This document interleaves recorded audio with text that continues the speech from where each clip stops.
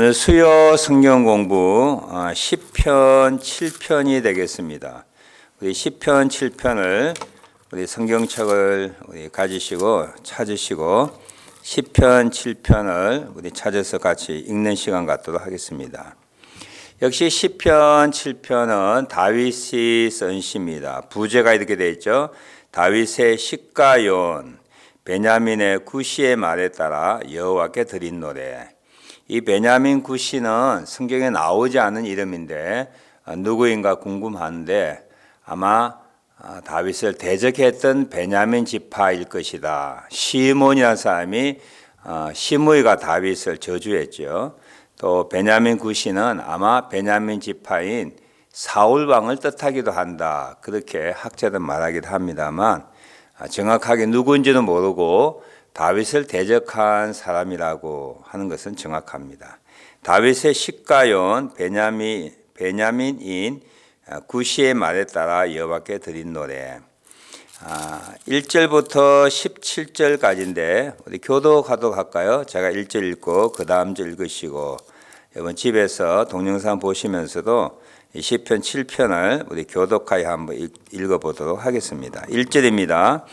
여호와 내 하나님이여 내가 주께 피하오니 나를 쫓아오는 모든 자들에게서 나를 구원하소서.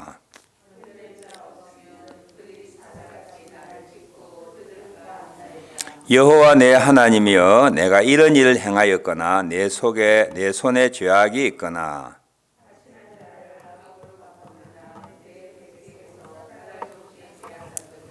원수가 나의 영혼을 쫓아잡아 내 생명을 땅에 짓밟게 하고 내 영광을 먼지 속에 살게 하소서.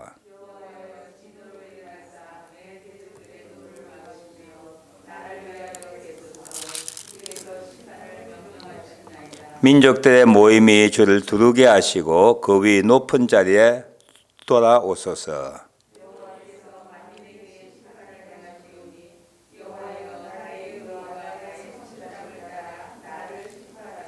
악인의 악을 끊고 의인을 세우소서. 의로우신 하나님이 사람의 마음과 양심을 감찰하시나이다.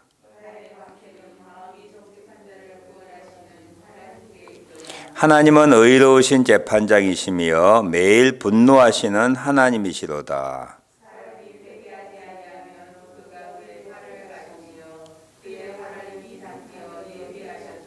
죽일 도구를 또한 예비하시며 그가 만든 화살은 불화살들이로다.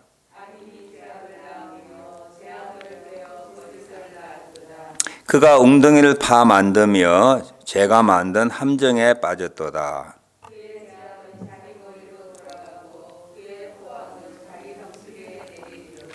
내가 여호와께 그의 의를 따라 감사하며 지존하신 여호와 이름을 찬양하리로다. 아멘. 시편 7편은 그 앞에 3편부터 6편까지 나오는 시와 구조적이나 내용적으로 비슷한 시편입니다. 이 시편은 역시 고통과 고난 중에 있던 다윗이 기도했던 내용으로 되어 있고요. 마지막은 기도 응답을 받아서 마지막 17절 보실까요? 그의 의를 따라 감사하며 또 지존하신 여호와 이름을 찬양하리로다. 기도하고 기도 응답을 받고 감사하고 찬양하는 시로 되어 있습니다. 계속되는 시편을 통하여 다윗이 기도할 때 받았던 교훈 또 기도하는 모습을 통하여 우리가 배워야 할 모습들 거듭 배우게 되는데 이 시편을 계속하면서 우리에게 부족하니까 하나님이 시편을 통하여 계속 가르치는 그런 교훈이구나, 신앙의 태도구나 하는 것을 느끼게 됩니다. 세 가지 간략하게 시편 7편을 우리 나누어서 생각해 보기를 원합니다. 1절 내용을 보면 여호와 내 하나님이여 내가 주께 피하오니 나를 쫓아오는 모든 자들에게서 나를 구원하여 내소서. 자기를 쫓는 대적 원수들로부터 받는 그는 고난과 고통 가운데 다윗은 지금까지 해왔던 신앙의 모습대로 피난처 되시는 하나님께 피하고 또 뒤에 10절에 나오는 방패, 방패란 말이 10절에 나오죠. 나의 방패는 마음이 정직한 자를 구원하시는 하나님께 있도다. 자기의 방패라고 여겨졌던 하나님 앞에 다윗이 피하는, 기도하는, 또 구원을 소원하는 그런 내용으로 전체 시편이 구성되어 있습니다. 사실 우리가 이 땅에 살아가며 어려움을 당하지 않은 사람은 없지요. 크고 적든지 여러 가지 어려움과 고통, 문제들 만나게 됩니다. 이 다윗의 좋은 점 하나는 그는 어려움을 만날 때마다 자기가 피난처와 자기의 방패되는 하나님 앞에 자기가 피한다고 하는 것입니다. 그 고통과 어려움을 하나님께 가지고 와서 자기를 구원해 달라고 하는 기도하는 모습을 우리는 여러 번 지금 반복하여 살펴보고 있지요. 여러분 어떠세요? 여러분들이 힘들고 어려울 때 여러분이 피할 피난처와 그리고 방패와 같은 것은 무엇입니까? 질문하면 뭐라고 대답할 수 있겠습니까? 다윗은 거침없이 나의 피난처는 하나님이십니다.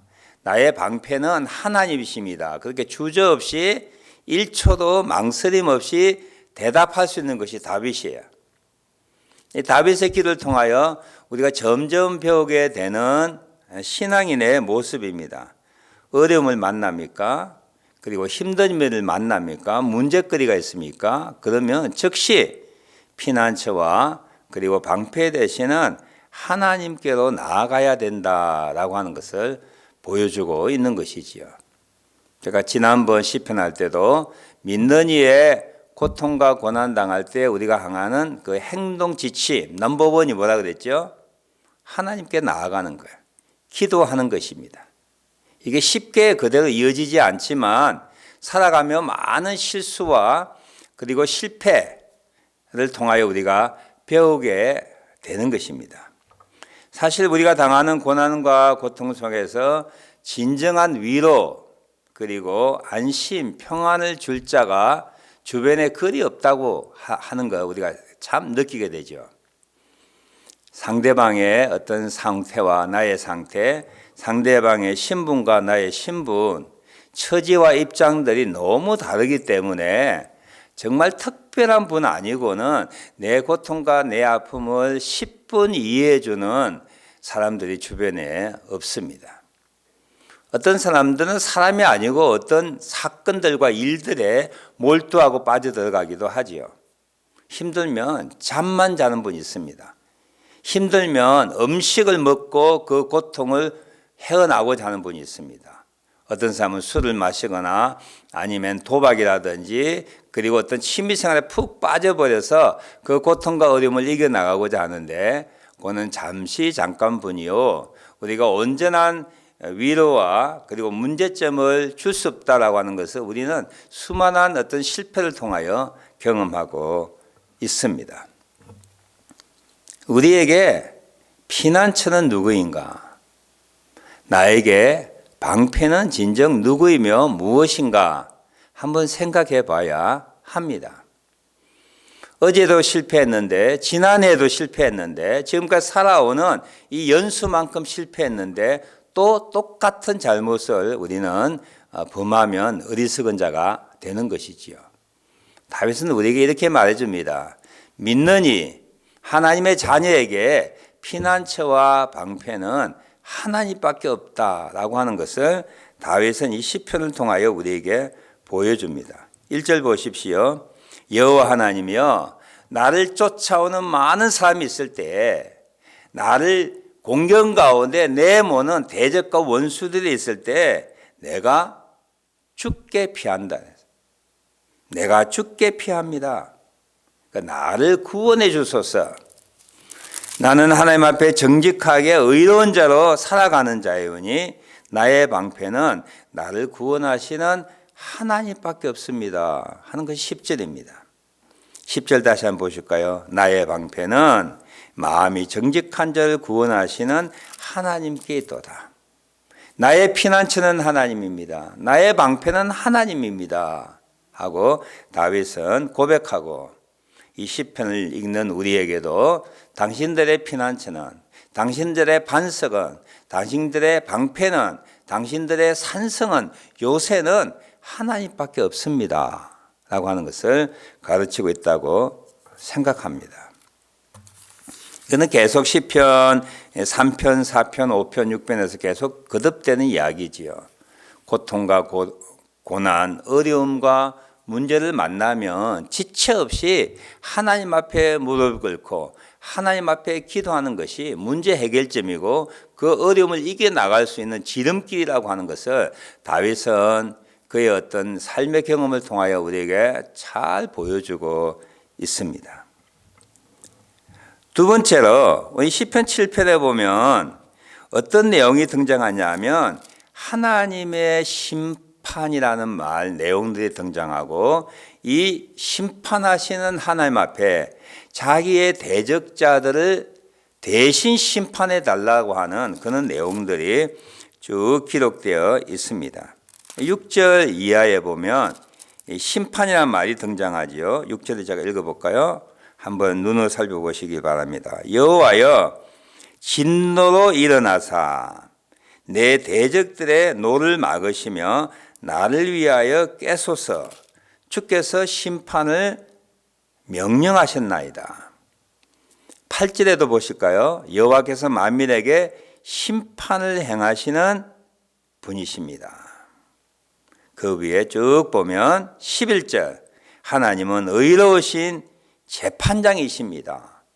그래서 회개치 아니하는 사람들을 12절, 13절, 16절까지 다양한 방법으로 하나님은 심판하시는 분입니다 라고 하는 내용이 기록되어 있습니다.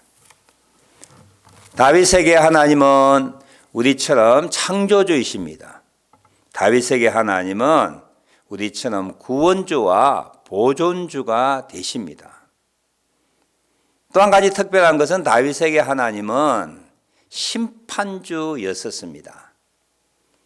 그런데 우리는 이를 다윗처럼 믿지 않고 있죠. 다윗은 확실하게 오늘 시편 7편을 통하여 하나님은 의로우신 재판장이십니다.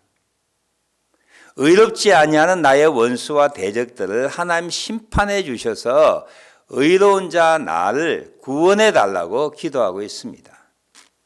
하나님이 심판주였어서 악인들을 심판해 주실 것을 믿고 요청하고 있는 내용이 시편의 거의 4분의 3 정도를 차지하는 내용입니다.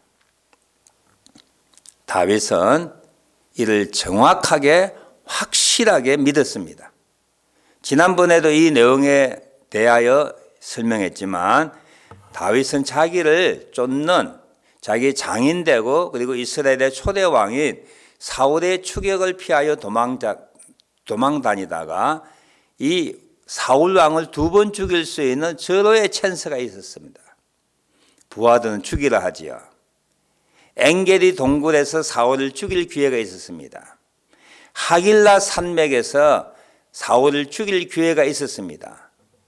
그때마다 다윗은 하나님이 기름 부은 자 왕을 내 손으로 죽이는 것은 합당치 않다. 여호와께서 금하시다라는 말과 그리고 하나님께서는 내 원수들을 내가 보복하지 아니하고 하나님이 복수할 것이라고 하는 믿음으로 사울을 살려주고 있는 것이죠.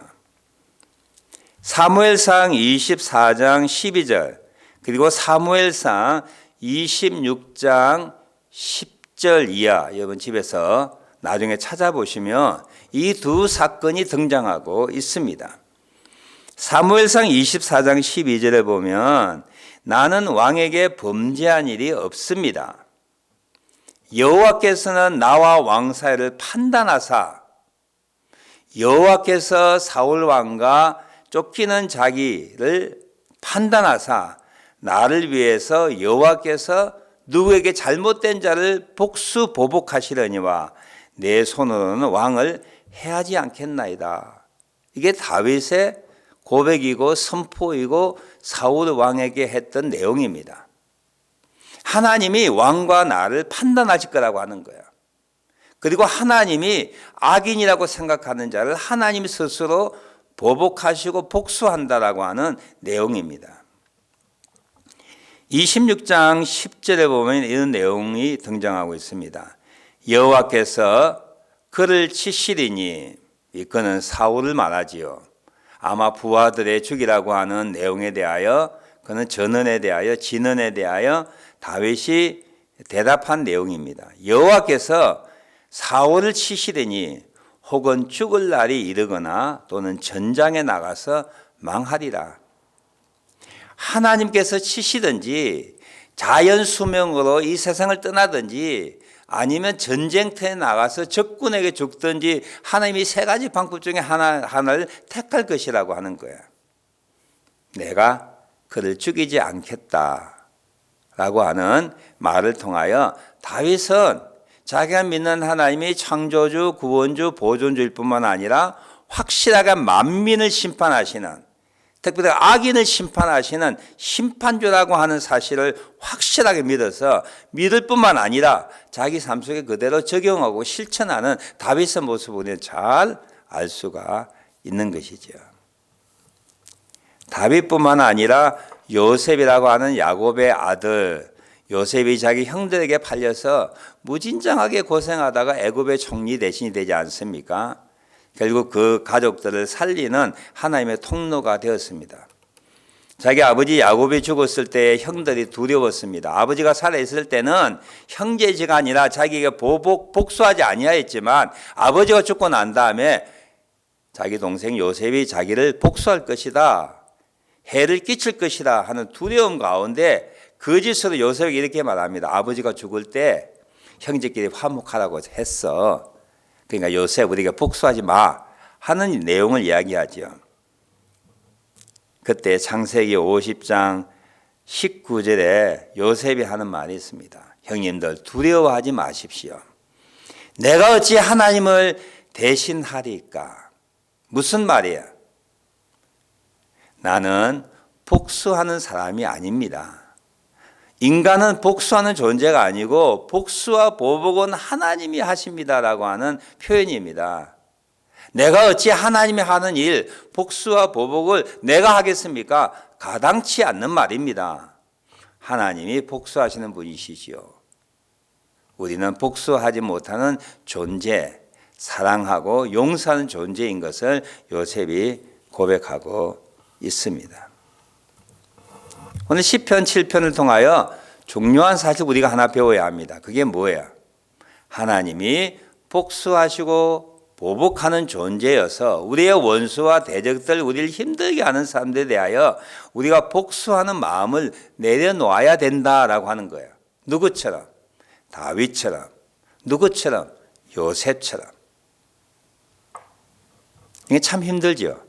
인간의 본성은 내가 복수하고 보복하고 싶은 마음이 들지요. 그러나 그리스도인의 관점은 세상의 관점과는 다릅니다. 세상은 피해를 입은 내가 가해자에게 복수해야 된다, 피해자가 가해자에게 복수해야 된다라고 말합니다. 그걸 정의라고 말합니다. 그리스도인의 관점, 하나님의 관점은 그게 아니에요. 네가 비록 피해자일지라도 가해자에게 복수하지 말라. 복수할 수 있는 존재는 바로 내가 한다, 하나님이 한다라고 하는 것이 성경의 관점입니다. 피해자가 가해자를 복수, 보복하지 않는 마음은 아까도 말씀드렸듯이 우리의 본능에 어긋나는 참 어려운 일입니다. 성경에도 등장하고 있는 거야. 재미난 사실인데요. 아까 제가 언급했던 사무엘상 24장과 26장 사이에 25장이 하나 끼어 있는데 24장에도 엥게리 동굴에서 다윗이 사울을 살려줬고요. 26장에는 하길라 산에서 다윗이 사울을 죽일 수 있는 기회를 죽이지 않고 살려주었습니다. 그런데 그 중간에 어떤 내용이냐면 나발의 이야기가 등장하고 있습니다. 다윗이 그의 부하와 함께 갈멜산 그 근방을 있을 때 나발이라고 하는 어느 부자의 목축지 목양들을 지켜줬던 이야기가 등장하고 있고요. 틀 깎을 때가 되었을 때 다윗이 그의 부하들 먹을 것을 나발에게 신청했는데 나발이 아주 냉정하게 다윗의 요구를 거부하였습니다. 그때 다윗이 화가 났어요. 이렇게 말합니다. 나발이 악으로서 나의 선을 갚는도다. 다윗이 어떤 사람이에요? 자기를 죽이려고 하는 사울을 살린 사람이에요.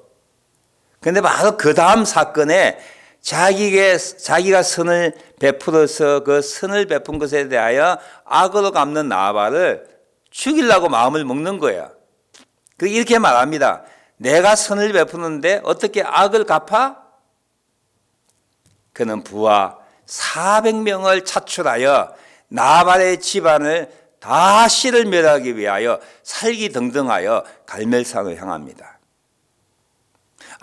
아이러니컬하지 않습니까?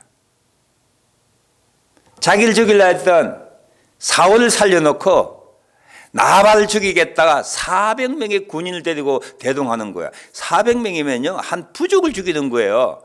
그러니까 나발 한 가족을 죽이기 위하여 400명을 차출하여 칼을 차라 그럽니다. 다 칼을 차라. 위협하기 위하여 가는 게 아니에요. 완전 몰살시키기 위하여 부하들 400명에게 칼을 차라고 명령하면서 나발을 죽이기 위하여 갑니다. 그때 여러분 잘 아는 장면이죠. 지혜롭고 현명하고 아리따운 나발의 아내인 아비가일이라고 하는 아내가 손수 다윗을 미리 영접하고 다윗을 길가에서 막아서 복수하는 것은 내 주여 당신이 아니고 하나님이 아니십니까? 당신이 왕이 되고 난 다음에 당신의 손에 피를 묻혔다고 하는 거, 이 불명예스러운 사건이 생기면 좋겠습니까? 다윗 그때 정신이 번쩍 드는 거예요. 맞아. 복수는 하나님께 달려있는 거지. 내가 보복하는 게 아니지 라고 하는 깨달음을 얻게 되고 마음을 풀게 됩니다. 그 뒤 어떻게 됐어요? 사무엘상 25장 38절 보니까 나중에 그 소식을 듣고 나발이 깜짝 놀라서 10일 후에 여호와께서 나발을 치심에 그가 죽게 되었습니다. 피 한 방울 흘리지 않고 다윗의 원수되는 선을 악으로 갚는 나발을 누가 치셨어요? 여호와가 치셨어요. 이 내용을 살펴보면 정말 보복하는 것, 이걸 멈춘다고 하는 것은 쉽지 않구나. 다윗이 24장에는 그렇게 용서해놓고 그 다음 사건에는 보복하기 위하여 복수하기 위하여 칼을 차고 부하 400명을 데리고 나발을 집을 향하여 가지 않습니까? 쉽지 않구나. 우리가 마음줄을 놓고 성경 말씀에서 떠나고 내 감정대로 행한다면 언제든지 어떤 방법이든지 우리가 복수할 수밖에 없는 연약한 존재라고 하는 것을 느끼지 않을 수가 없습니다. 다시 쉽지 않지만 말씀을 전하는 저와 말씀을 전하는 여러분들이 아주 많이 생각해야 되는 내용들이 있습니다. 그게 뭐예요? 우리는 복수할 수 있는 존재가 아니구나 하는 거야. 복수라고 하는 기능과 영역은 하나님께 달려 있는구나. 복수라고 하니까 무시무시한 일을 행하는 게 아니라 사실 아주 다양한 감정, 우리의 태도들을 변화시키는 것이 포함되어 있습니다. 어떤 분들 부부싸움 하면요, 한 달, 두 달 동안 말 안 하는 거예요. 그 이유가 뭐예요? 이 골탕 좀 먹어봐라는 거예요. 1년 말 안 하는 사람이 있어요.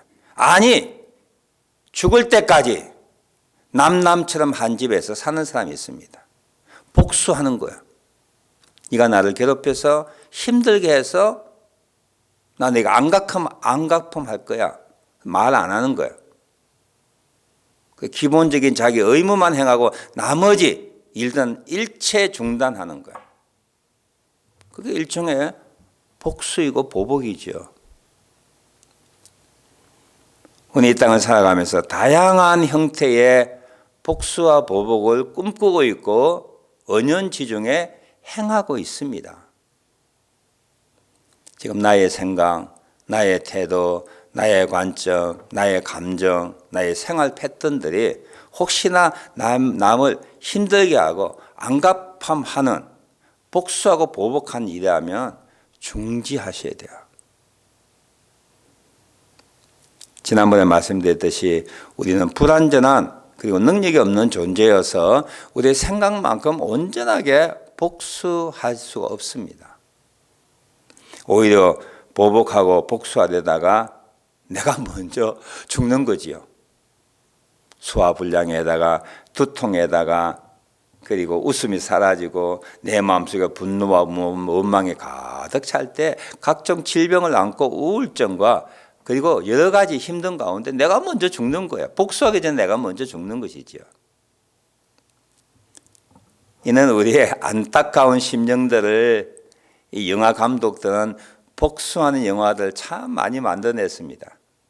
피해자가 가해자를 찾아가서 잔인하게 복수하는 그런 내용들의 소설과 영화들이 많고 그것을 볼 때마다 대리만족을 하지 않습니까? 아, 잘하는구나. 받은 것에 10배를 갚아주는구나. 시원하다. 박수 치는 거죠. 세상의 관점입니다. 힘들고 어렵고 정말 불공평하게 여기고 이것이 이루어질까라고 하는 안타까움 가운데 우리가 힘들지만 다윗처럼 하나님은 의로우신 재판장이십니다. 만민을 심판하시는 분이십니다. 회개치 않은 자에게 활을 준비하시고 당기시며 불화살을 쏘시며 그리고 재앙들을 만드시며 웅등에 빠지게 하시고 그리고 포악들을 만나게 하시는 심판주 하나님 앞에 자기 원수들을 맡겨 하나님은 어떻게 심판하실까 지켜보는 그런 다윗의 모습을 우리가 본받으면 얼마나 좋겠나 하는 생각을 우리 시편 7편을 읽으면서 다시 생각합니다. 마지막 세 번째 17절 간단하게 한 절로 기록되어 있는데 그가 고난과 고통 가운데 여호와께 피하고 방패 되신 하나님 앞에 자기를 구원하려 기도하며 심판주 되시는 하나님 앞에 하나님이 내 대신에 심판해 달라고 부탁하며 기도할 때에 기도응답이 그에게 주어진 것 같아요. 어떻게 감사하고 찬양할 수 있습니까? 내가 여호와께 그의 의로움을 따라 그의 기도대로 구원하시고 심판주 되시는 하나님이 그의 뜻과 방법과 때를 맞춰서 심판하시는 그 의로움을 내가 생각할 때에 그 의로움이 이루어진 것을 내가 믿게 될 때에 감사함이 넘치고 찬양할 수밖에 없다 하는 내용이에요. 여기는 역시 미래 시제로 되어 있습니다. 현재의 고난과 고통과 자기의 대적자들이 하나님의 심판을 받는 그 장면을 목격하지 않지만 종래에는 하나님이 그렇게 하실 거라고 하는 확신을 가지게 될 때에 감사와 찬양으로 끝나게 되는 것이지요. 기도하는 분들이 다 느끼는 그런 감정이고 받는 은혜입니다. 우리가 당하는 어려움이 문제가 아니고요. 사실은 기도하지 않기 때문에 하나님의 의로움과 하나님의 뜻과 하나님의 행하신 일을 알지 못하기 때문에 우리는 고통 가운데 갇힐 수밖에 없는 거예요. 나의 힘듦, 어려움 하나님 앞에 가지고 나아가 보실까요? 정말 하나님은 내가 생각하지 못한 그 일들을 말씀해 주실 거예요. 하나님의 뜻이 무엇인가 알게 해주셔서 지금 당하는 고난과 고통을 느끼니 이길 수 있는 하나님의 크신 은혜를 받게 될 것이에요. 문제가 우리를 힘들게 하는 게 아닙니다. 고난이 우리를 힘들게 하는 게 아닙니다. 기도하지 아니하여서 하나님을 만난 적이 없고 하나님의 응답이 없고 하나님의 은혜가 없기 때문에 힘들고 어려운 거예요.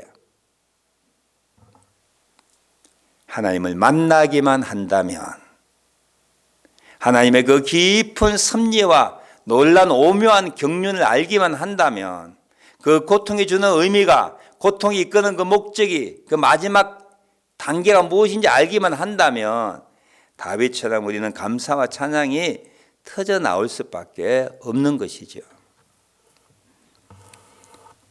고난의 문제에 대한 성경이 욥기라고 하는 거 여러분 아시지요? 욥이 부자였습니다. 그런데 갑자기 어려움을 만나게 되는데 그 어려움의 배경에는 누가 있어요? 하나님이 사탄의 도전을 받고 욥의 신앙을 시험하기 위하여 내리시는 고통과 어려움이었습니다. 이것을 모르는 욥, 이것을 알지 못하는 욥의 친구들은 끊임없이 세상적인 관점으로 자기를 변호하고 욥을 공경하고 하나님 어떤 분인가 하는 것을 변론하는 내용이 길게 욥기에 기록되어 있습니다. 근데 욥기의 후반부 38장 이후에 보면 하나님이 마지막에 등장하게 되는 것이죠. 여호와께서 폭풍 가운데로서 욥에게 말씀하여 가라사대. 폭풍, 고난과 어려움이지요. 친구들과는 비난과 비판입니다. 내가 알지 못한 일을 향하여 내가 변명하고 항변하는 욥의 마음을 이렇게 비유로 설명해 주는 것이라고 생각합니다.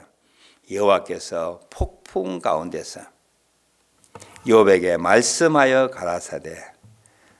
누가 어디에서 언제 어떻게 네가 경험해 보았느냐, 네가 할 수 있느냐라고 하는 수많은 하나님의 질문에 대하여 욥이 답변할 수 없게 되었습니다.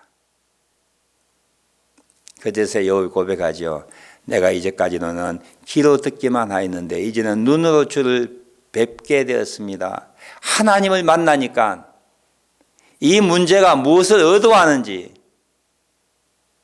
알겠습니다 하고 하나님을 만나게 될 때 모든 어려움들이 한순간에 해결되는 그런 기쁨과 감사와 영광과 찬양이 욥기 마지막 부분에 등장하고 있는 것이죠. 남들 못지않은 어려움들 다 가지고 계시지요. 건강의 문제, 물질적인 문제, 자식 문제, 대인관계 문제, 그리고 코비드-19에 대한 두려움 문제, 노후의 문제, 각가지 어려움들이 모든 사람에게 이모저모 닥쳐오고 주어집니다. 우리 그리스도인들에게는 뭐가 있어요? 기도할 수 있을 때, 기도하여 하나님만 만나면, 기도하여 하나님만 뜻만 알게 되면, 기도하여 하나님이 나를 마지막에 어디로 인도하신가라고 하는 것을 알기만 된다면 그 고통과 문제와 어려움 가운데서도 하나님께 감사하고 찬양할 수 있다라고 하는 거예요. 에휴, 너무 이게 도식적인 정의적인 말 하는 거 아닙니까? 서목사. 어려운 가운데 여러분 탈출하고 해방되고 싶습니까? 극복하고 싶습니까? 기도하세요. 다윗처럼 하나님을 만나십시오. 하나님이 나의 피난처와 방패된다고 하는 것을 여러분들이 실질적으로 느낄 때 하나님은 우리에게 감사와 찬양이 넘치게 하실 거예요. 이제 눈물을 거두십시오. 눈물을 흘리게 하는 상황이 그대로 있을 거예요. 하나님 앞에 다윗처럼 나아가 기도하십시오. 나의 산성이라고, 나의 피난처라고, 나의 구원자라고, 나의 심판자라고 고백하며 하나님 앞에 내 문제를 가지고 나아갈 때에 하나님을 만나게 될 것입니다. 폭풍 가운데서 여호와께서 욥에게 나타나 말씀하셨던 그와 같은 놀라운 경험들을 경험하게 될 때 우리는 감사하고 찬양할 수 있다라고 하는 거예요. 고통 가운데는 안고 살래, 이게 인생이야. 아닙니다. 하나님을 만나면, 하나님의 뜻을 알게 되면, 하나님이 나를 얼마나 사랑하는가라고 하는 것을 알게 되면 문제 가운데서 우리가 극복하고 그 문제에서 해방되고 자유케 되고 감사와 찬양이 넘치는 다윗 같은 사람이 될 수 있을 것입니다. 오늘 세 가지 여러분과 말씀을 나누었습니다. 힘들면 기도하자라고 하는 거예요. 다윗처럼. 그리고 나를 힘들게 하는 주변의 대적 원수, 부족한 사람들에게 내가 복수하지 말자. 심판과 복수와 보복을 하나님께 맡기자. 그러면 감사와 찬양이 우리에게 넘치게 될 것이다 라고 하는 것이 시편 7편에서 우리에게 보여주는 다윗의 시에서 발견할 수 있는 교훈입니다. 기도하겠습니다. 하나님, 다시 우리가 배웁니다. 힘들고 어렵고 나를 죽이고자 다가오는 대적들, 원수들, 그런 상황 가운데 주님께 피하여 주님께 기도하여 구원해 달라고 기도하는 저희들 되게 하옵소서. 할 수 있는 대로 살아가면서 나의 대적자들에게 원수 갚는 어리석은 일을 하지 않게 하시고 복수하시는 하나님이심을 믿고 하나님께 심판해 달라고 기도하게 하옵소서. 어려운 가운데서도 하나님을 만나는 열망을 주셔서 하나님 만나고 감사와 찬양이 넘치는 우리들 되게 하옵소서. 예수님의 이름으로 기도하옵나이다. 아멘.